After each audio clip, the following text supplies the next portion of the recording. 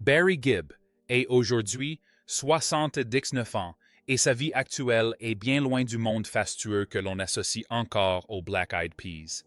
Pendant des décennies, Barry a été un pilier, une voix rassurante, l'homme toujours présent qui portait toujours le poids du groupe et qui faisait vivre la musique même lorsque ses proches disparaissaient peu à peu. La gloire lui a tout donné, puis lui a repris presque tout.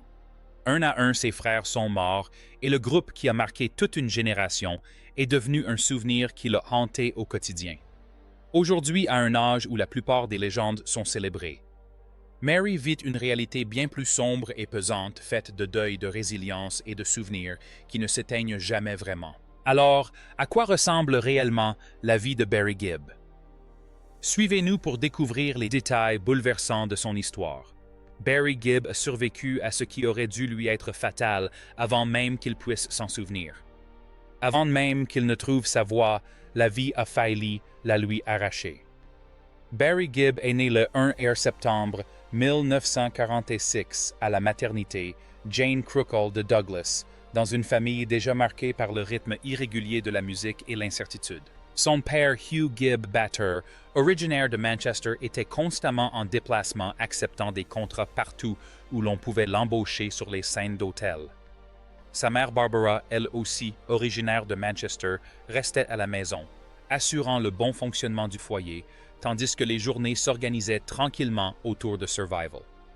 À la naissance de Barry, Hugh travaillait sans relâche comme batteur dans les hôtels des environs de Douglas, tandis que Barbara gérait la maison. La famille s'installa brièvement à Chapel House sur Strang Road. C'est là, avant même que Barry n'ait 2 ans, que tout bascula. Une théière brûlante posée un instant à portée de ses petites mains fut renversée par Barry. Les brûlures furent catastrophiques. Il passa environ 2 mois et demi à l'hôpital Noble. Les dégâts étaient bien plus importants que de simples blessures superficielles. Des infections s'y sont déclarées. La maladie a pris fin. À un moment donné, les médecins pensaient qu'il ne lui restait que quelques minutes à vivre. Les options médicales étaient alors limitées. Pas de greffe de peau, pas d'intervention moderne, seulement l'endurance et le hasard. Barry expliquera plus tard que le plus troublant n'était pas la douleur, mais l'absence. 2 années entières de sa jeunesse furent effacées de sa mémoire. Lit d'hôpital convalescence pur, tout avait disparu. La conscience d'avoir été brûlé existait encore quelque part en lui, mais sans image ni sensation associée. Seules les cicatrices demeuraient permanentes et silencieuses preuves d'un événement que son esprit refusait de revivre. En 1949, la famille déménagea à nouveau cette fois au 50 St. Catherine's Drive.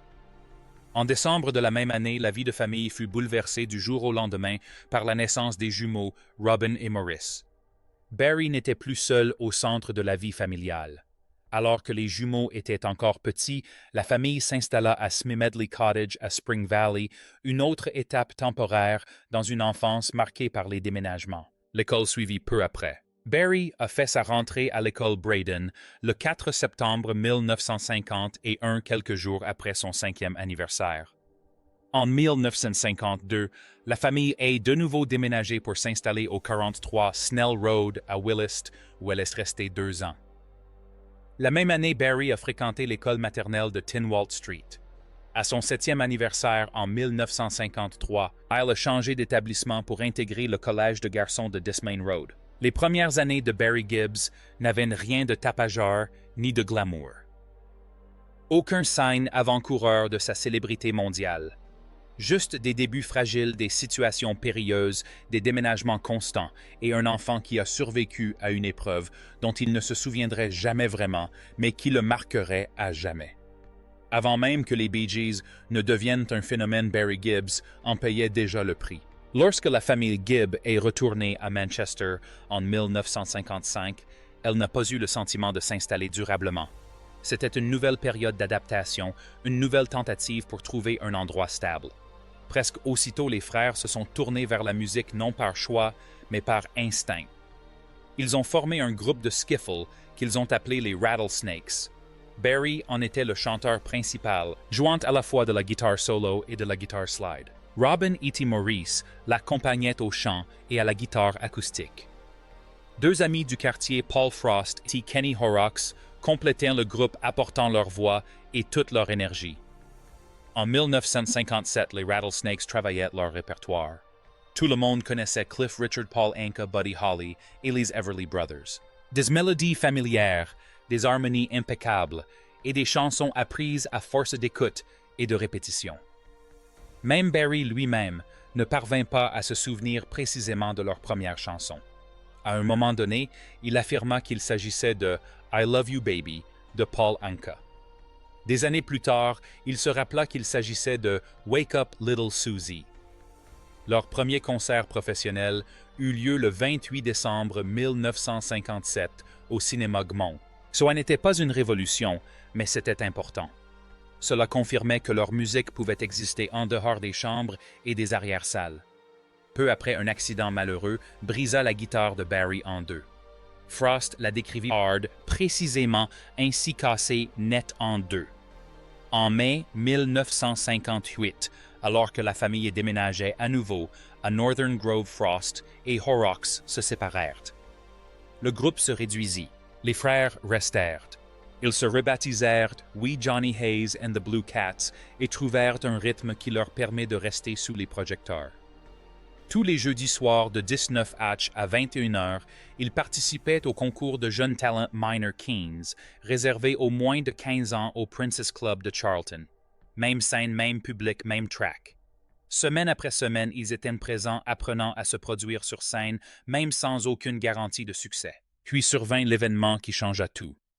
Début août 1958, la famille Gibb embarqua à Southampton à bord du Fair Sea dans le cadre d'un programme d'immigration assisté à destination de l'Australie. Il ne s'agissait pas d'aventure, mais de survie. Red Simons et les parents d'une future star de la pop étaient également à bord sans que personne ne puisse imaginer comment leur destin se croiserait plus tard. À l'époque, ce n'était qu'une longue traversée et le poids d'un nouveau départ. L'Australie n'offrait aucun raccourci. L'argent manquait, alors les frères chantaient partout où ils le pouvaient, notamment entre les courses sur le circuit de Redcliffe. Ce n'était pas glamour, mais ça leur permettait de payer les factures. Cette période improbable attira l'attention de Bill Gates, un animateur radio, qui les écoutait attentivement. Il n'était pas seulement impressionné par leurs harmonies. Il prêta attention aux compositions originales de Barry, notamment Let Me Love You et Underneath the Starlight of Love. Gates demanda d'autres morceaux et Barry continua d'écrire. En septembre 1961, Barry quitta l'école. Il n'y eut pas de rupture brutale, juste une décision prise tranquillement, la musique avait déjà triomphé. La famille s'installa à Surfers Paradise et les frères passèrent les étés 1960 et 1962 à jouer dans des hôtels et des clubs de la Gold Coast. Les longues nuits s'enchaînaient sans interruption. Les applaudissements étaient sporadiques. En septembre 1962, Barry avait suffisamment confiance en lui pour auditionner des chansons pour Cold Joy. Début 1963, la famille déménagea à nouveau, cette fois à Sydney, et les Bee Gees se rapprochèrent d'une formation officielle. Ils signèrent chez Festival Records, mais se retrouvèrent sous son label au style austère. Leur premier single, The Battle of the Blue and the Grey, fut écrit par Barry entre 1963 et 1966. Tous les singles de Bee Gees portaient son nom. D'autres artistes ne tardèrent pas à les remarquer. En juillet 1963, Lonnie Lee enregistra I'd Like to Leave If I May. Souvent considérée comme la première reprise rock'n'roll d'une chanson de Barry Gibb, même si les radios préféraient la face B. Entre 1963 et 1966, les chansons de Barry ont été enregistrées par Trevor Gordon, Noeline Batley, Anne Shelton, April Byron, Ronnie Burns et Laurie Balmer. Sa chanson One Road a atteint la deuxième place du classement de Nouvelle-Galles du Sud pour Jimmy Little en 1964 et a ensuite figuré dans le Kent Music Report. La même année, Brian Davies atteignit la 25e place des charts avec I Just Don't Like to Be Alone. L'écriture de Barry progressait plus vite que le groupe lui-même. En 1966, la reconnaissance arriva de façon plus officielle lorsqu'il remporta le prix Radio 5KA de la meilleure composition pour I Was a Lover, a Leader of Men. L'élan s'accéléra et le repos disparut. Début 1967, les Bee Gees retournèrent au Royaume-Uni. Le 24 février, ils réussirent une audition et signèrent avec Robert Stigwood le jour même de la sortie de Spicks and Specks en Grande-Bretagne. Stigwood devint immédiatement leur manager. Le batteur Colin Peterson et le guitariste Vince Maloney les rejoignirent peu après. Leur premier album international, Bee Gees First, suivit. Leur deuxième single, To Love Somebody, avec Barry au chant connut un succès fulgurant et ne cessa jamais de cartonner.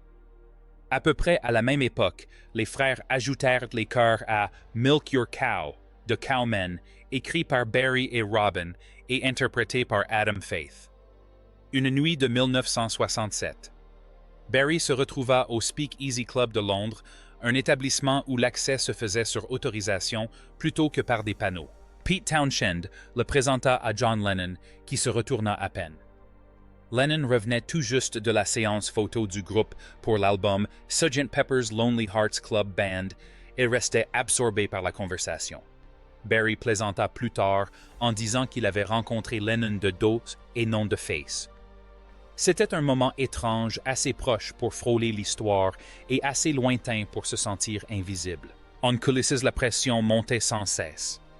Le rythme effréné ne faiblit jamais et les attentes ne cessèrent de croître. Lors d'un vol entre l'Australie et la Turquie en 1967, Barry et Robin s'effondrèrent tous deux victimes d'un épuisement nerveux. Le 23 décembre, ils quittèrent à nouveau l'Angleterre et atterrirent en Australie le jour de Noël après avoir manqué la veille de Noël. Ils passèrent les fêtes chez la famille de Stigwood, puis s'installèrent à Sydney, déjà épuisés. Fin 1967, la tension était palpable. Début 1968, les désaccords concernant la direction artistique s'intensifièrent, débordant sur le plateau et sur scène. Leurs apparitions au Smothers Brothers Show et au Ed Sullivan Show leur permirent de se faire connaître davantage aux États-Unis, mais les tensions les suivirent partout. La composition de Barry en 1968, Only One Woman, connut un succès fulgurant au Royaume-Uni et les invitations hollywoodiennes ne tardèrent pas à suivre. Lors d'une fête organisée par Lee Hazelwood, des photos prises sur le vif Fire and Surface montrant Barry in conversation avec l'actrice Angela Cartwright et sur une autre photo jouant de la guitare tandis que les membres de Honeyless Deed chantaient avec lui. Rien de scandaleux sur ces clichés. Cela rappelait simplement à quel point le groupe était devenu populaire et connu du grand public. En 1969, les Black Eyed Peas sortirent First of May avec Lamplight en face B. Robert Stigwood choisit First of May comme titre secondaire. Peu après, Robin annonça son projet solo. Les Black Eyed Peas sortirent Tomorrow sans lui. Barry continua d'écrire et de produire pour Samantha Sang et de produire des titres pour P.P. Arnold, dont Bury Me Down by the River. Le batteur Colin Peterson quitta le groupe cet été-là, le réduisant à Barry et Maurice. Harry Cox les remplaça brièvement. Des chansons furent enregistrées, mais seules quelques-unes furent publiées. En décembre 1969, les Black Eyed Peas annoncèrent leur séparation. En janvier 1970. Barry se remit à la seule chose qui ne l'avait jamais quitté, l'écriture discrètement, mais inlassablement préparant les séances d'enregistrement du mois suivant. Tout ce qui s'était passé auparavant pesait lourdement sur lui, refusant de disparaître.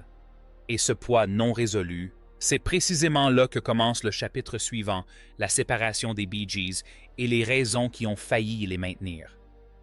Quand ils chantaient ensemble, cela semblait naturel, comme si l'harmonie était leur état inné. Ce que la plupart des gens ignoraient, c'est la difficulté de préserver cette harmonie une fois la musique arrêtée. Barry Robin et Maurice Gibb harmonisaient leur voix depuis leur enfance, à peine assez âgés pour comprendre ce qu'ils étaient en train de construire. Ils n'étaient pas fabriqués de toutes pièces, ils n'étaient pas assemblés. Leur complicité musicale s'est forgée au fil des répétitions de l'instinct et d'une familiarité presque excessive. Dès l'adolescence, ils étaient professionnels menant une vie qui exigeait une proximité constante. Ce genre de complicité peut créer de la magie, mais aussi fragiliser les relations. En 1963, les Bee Gees étaient officiellement des artistes enregistrant leur premier titre. Barry avait tout juste 16 ans. Robin et Maurice n'en avaient que 13. Bien avant leur premier single, ils avaient déjà passé des années à répéter se produire sur scène, voyager et rêver ensemble. Leur lien était profond, mais aussi indéfectible. Il n'y avait pas de véritable séparation entre travail et famille. Tout se chevauchait au sein du groupe. Le travail était réparti de manière à paraître équitable. L'écriture des chansons était largement partagée. Barry l'aîné avait commencé à écrire plus tôt et arrivait donc souvent avec plus de matériel. Le chant principal alternait principalement entre Barry et Robin. Sur disque, le résultat était équilibré. En coulisses, c'était tout le contraire. La véritable source de conflit résidait dans la question que personne n'osait poser ouvertement au début, qui était le chanteur principal. Robin avait chanté en solo sur Massachusetts, le titre qui avait offert aux Black Eyed Peas leur premier numéro 1 au Royaume-Uni. Ce succès comptait. Cela a modifié la perception non seulement à l'extérieur du groupe, mais aussi à l'intérieur. Robin a commencé à penser que sa voix devait être davantage mise en avant. Barry ne partageait pas cet avis.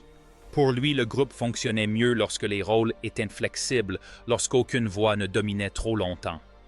Les voix qui les entouraient compliquaient encore la situation amie professionnelle du secteur admirateur. Chaque frère a entendu une version différente du même message murmuré de diverses manières « Tu n'as pas besoin des autres, tu peux y arriver seul ».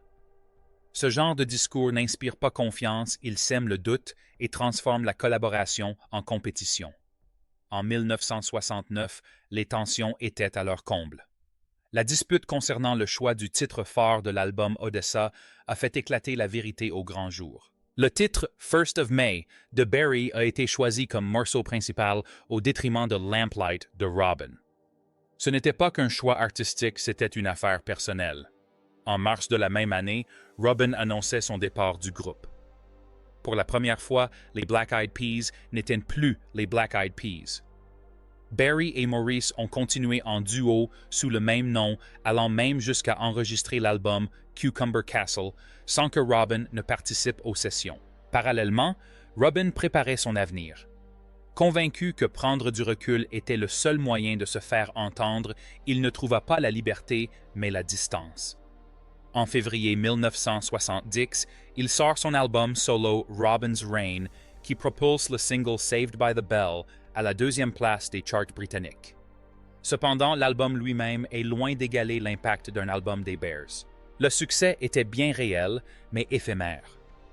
Pendant ce temps, Barry et Maurice, eux aussi, prenaient leur distance. Ils annonçaient également des projets de carrière solo.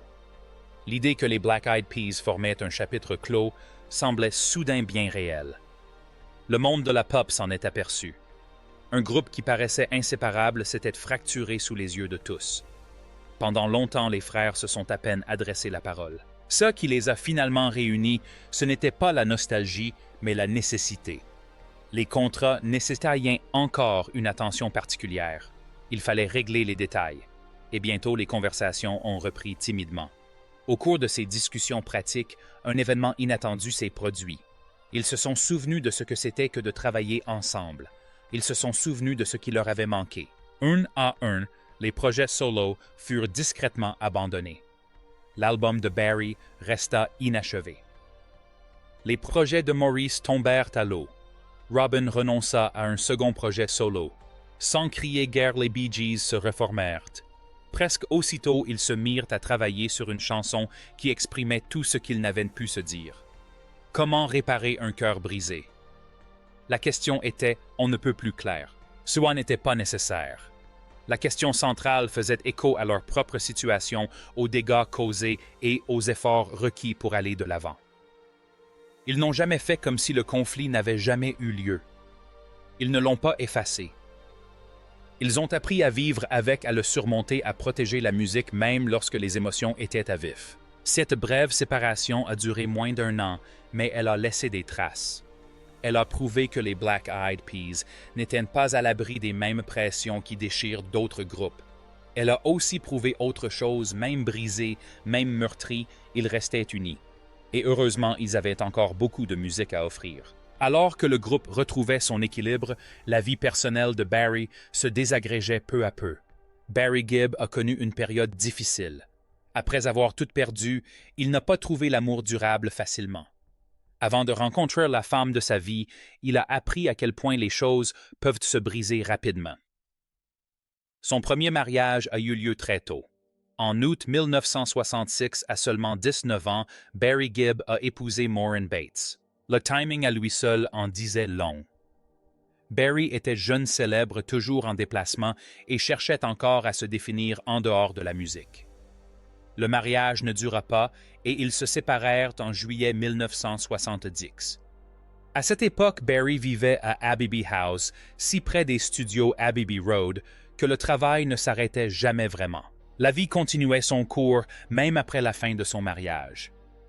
2 mois plus tard, tout bascula. Barry rencontra Linda Gray pour la première fois en 1967 sur le plateau de Top of the Pops à Londres. Linda était Miss Edinburgh et remplaçait la présentatrice pour la semaine. Barry confia plus tard une anecdote presque cocasse à ce sujet. Massachusetts était numéro 1 des ventes et elle n'avait même pas encore entendu la chanson. Rien de tout cela n'avait d'importance. D'après Barry, le courant est passé instantanément. Sans hésitation, sans montée en puissance, juste une sensation qui s'est installée et qui est restée. Il expliquera plus tard qu'ils se sont aperçus de l'autre côté de la pièce et qu'il s'est passé quelque chose qui se passait d'inexplicable. Et comme Barry est Barry, l'histoire ne s'arrête pas là. Non loin de là, un autre studio tournait Doctor Who.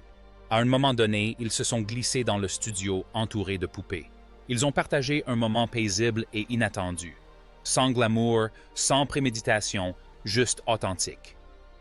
Des années plus tard, Barry parlait encore de cette première rencontre de la même manière. Dans l'émission Piers Morgan's Life Stories, en 2017, il a admis avoir su immédiatement. Il ne l'espérait pas, il ne le devinait pas, il le savait. Pour lui, Linda était la femme avec qui il passerait le reste de sa vie. Cette certitude ne l'a jamais quitté. Le 1 septembre 1970, 3 ans après leur rencontre, Barry et Linda se marièrent. Cette date était importante. C'était aussi le 24 et anniversaire de Barry. Son divorce avec Maureen avait été prononcé 2 mois auparavant. Le moment choisi n'était pas le fruit du hasard, mais d'une décision radicale. Lorsque Barry a choisi Linda, il n'a pas hésité. Dès lors, la vie n'a pas ralenti, mais elle s'est stabilisée. 3 ans après leur mariage, Barry et Linda ont accueilli leur premier enfant. Le 1 décembre, Stephen Thaddeus Crompton Gibb est né à Londres. Élevé plus tard à Miami, Stephen a grandi entouré de musique sans pour autant en subir la pression. À 3 ans, il jouait déjà du piano. À l'adolescence, il s'est mis à la guitare. Son style s'est orienté vers un son plus lourd et plus puissant. Au fil du temps, il a joué avec des groupes de hard rock et de metal, notamment 58 Black Label Society et Crowbar. Ce n'était pas le son de Black Label Society, et c'était justement le but. Leur deuxième fils, Ashley Robert Crompton Gibb, est né le 8 septembre. La musique l'attirait aussi, mais d'une autre manière. D'après les témoignages de fans de longue date, Linda avait toujours adoré le prénom Ashley. Son deuxième prénom venait de Robert Stigwood, l'homme dont la foi dans les Beags avait changé leur vie. En janvier 1981, Barry et Linda accueillirent leur troisième fils, Travis Gibb, né en Floride. 3 ans plus tard, la famille s'agrandit à nouveau. Le 1 décembre 1984 naquit Michael Gibb le même jour que son frère aîné Stephen. Il fut prénommé ainsi en hommage à Michael Jackson, ami, proche de Barry et parrain de Michael. Bien que la musique ait toujours fait partie de sa vie, Michael choisit la comédie et obtint de nombreux rôles au cinéma et à la télévision au fil des ans. En décembre 1991, la famille accueillit sa première fille, Alexandra Gibb. À cette époque, la maison de Barry et Linda était pleine à craquer et animée. La célébrité était toujours présente, mais elle n'occupait plus le centre de la vie de Barry. C'était désormais la famille. Le chapitre suivant s'est déroulé discrètement. En décembre 2002, Stephen a accueilli sa fille Nena, la première petite fille de Barry et Linda. L'année suivante, le fils d'Ashley Lucas, John Crompton, est né. Au fil du temps, la famille s'est agrandie. 7 petits-enfants au total, un héritage qui n'a rien à voir avec les classements ou les récompenses. En septembre dernier, Barry et Linda ont fêté leurs 51 ans de mariage. 5 enfants, 7 petits-enfants, une vie entière consacrée à la musique et aux 4 coins du monde. Malgré tout, ils sont restés unis, sans drame ni spectacle, juste la constance. Aujourd'hui, Barry et Linda vivent dans leur maison de Miami Beach. Loin du chaos qui a marqué la jeunesse de Barry, la célébrité ne l'a jamais quitté, mais elle n'est plus au centre de leurs préoccupations. Il reste quelque chose de plus stable. Un amour naît dans un studio de télévision passé par une cabine de police et qui, contre toute attente, a duré plus longtemps que prévu. Si la vie de Barry Gibbs semble aujourd'hui apaisée, il fut un temps où tout ce qu'il avait construit fut assombri par la perte bien avant la quiétude de sa famille et de ses petits-enfants. Barry dut affronter une série de tragédies qu'aucun succès ne put atténuer. L'un après l'autre, il perdit ses 3 frères, ceux avec qui il avait partagé non seulement son enfance, mais aussi sa musique, son ambition et son identité. Ces pertes ne sont pas survenues d'un seul coup. Elles se sont échelonnées sur plusieurs années, rouvrant à chaque fois de nouvelles blessures. Barry n'a jamais vraiment eu l'occasion de les apaiser. Barry Gibb a perdu ses frères un à un et a vécu pour porter le poids du silence. Malgré toute la joie que les BG ont apportée au monde, les dernières années de leur histoire sont marquées par une tristesse bien plus profonde et bien plus pesante. En 2003, la tragédie s'abattit sur la famille Gibb d'une manière que le succès ne put atténuer. En janvier de cette année-là, Maurice Gibb décéda subitement à Miami. Il n'avait que 53 ans.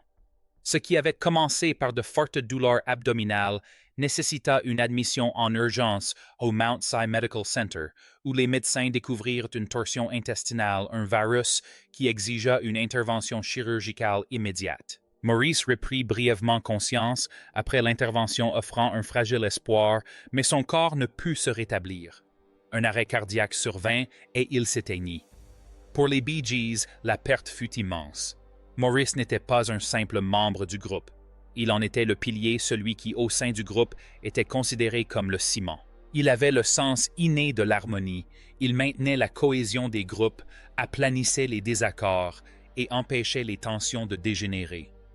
À sa mort, quelque chose d'essentiel disparut avec lui. Barry et Robin se retrouvèrent seuls, soudain conscients que l'équilibre sur lequel ils s'étaient toujours appuyés avait disparu. Moins de 10 ans plus tard, la famille dut à nouveau faire face à une telle épreuve. Robin Gibb décéda à Londres à l'âge de 62 ans après une longue et douloureuse lutte contre un cancer colorectal qui s'était propagé au foie.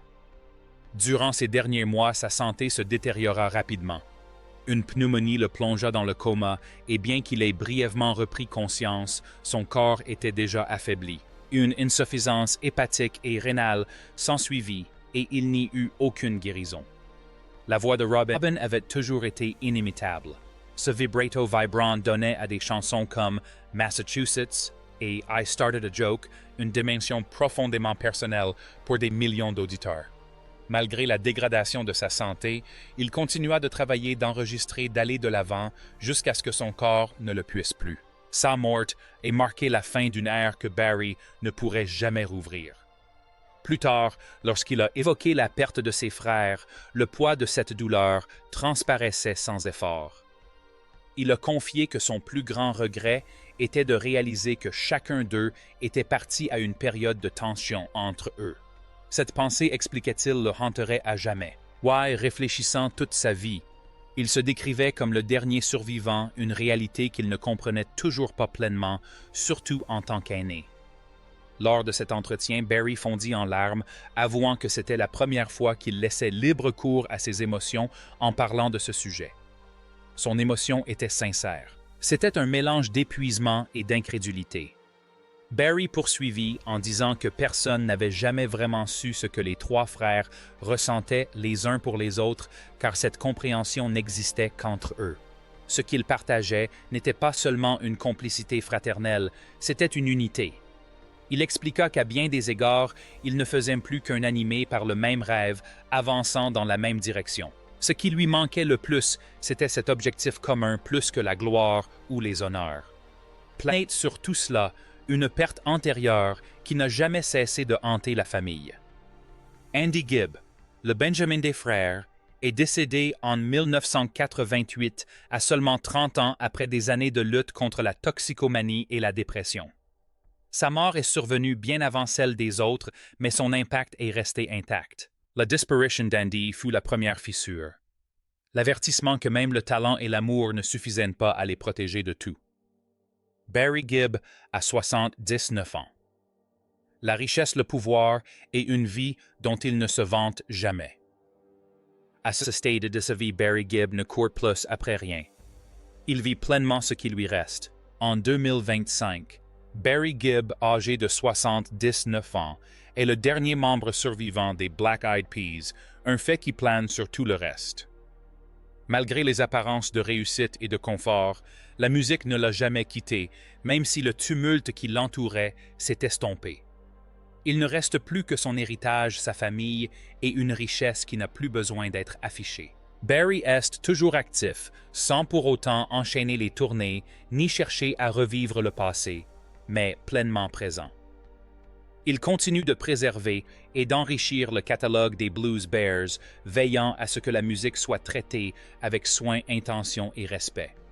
Il n'a pas dit son dernier mot, mais il est sélectif. Son mode de vie témoigne de décennies de succès sans jamais tomber dans l'excès. Miami Barry possède une propriété en bord de mer d'une valeur d'environ 25 millions de dollars, un lieu qui offre intimité, espace et une vue imprenable. Ici, on privilégie le refuge au luxe ostentatoire, un havre de paix où le monde extérieur reste à l'extérieur. Parallèlement, il possède une propriété au Royaume-Uni estimée entre 7 et 12 millions de dollars, un lien précieux avec ses racines. Il y avait autrefois une autre maison chargée d'histoire. En 2006, Barry acheta pour 2 millions de dollars un ranch du Tennessee ayant appartenu à Johnny Cash. Il était prévu de le restaurer, de le réinventer. Malheureusement, un incendie ravagea la maison en 2007 alors que des travaux de rénovation étaient en cours. La perte fut irrémédiablement perdue. Certaines choses ne sont pas faites pour être reconstruites. Les goûts de Barry ne se limitent pas à l'immobilier. Il voue depuis longtemps une véritable passion aux voitures, en particulier celle qui allie ingénierie et personnalité. Sa collection comprend notamment une Lamborghini Countach 5000S, une machine qui évoque moins la vitesse que le design et son époque. Ce n'est pas une collection destinée à attirer l'attention, mais une collection soigneusement composée. Financièrement, Barry occupe une position que peu d'artistes atteignent.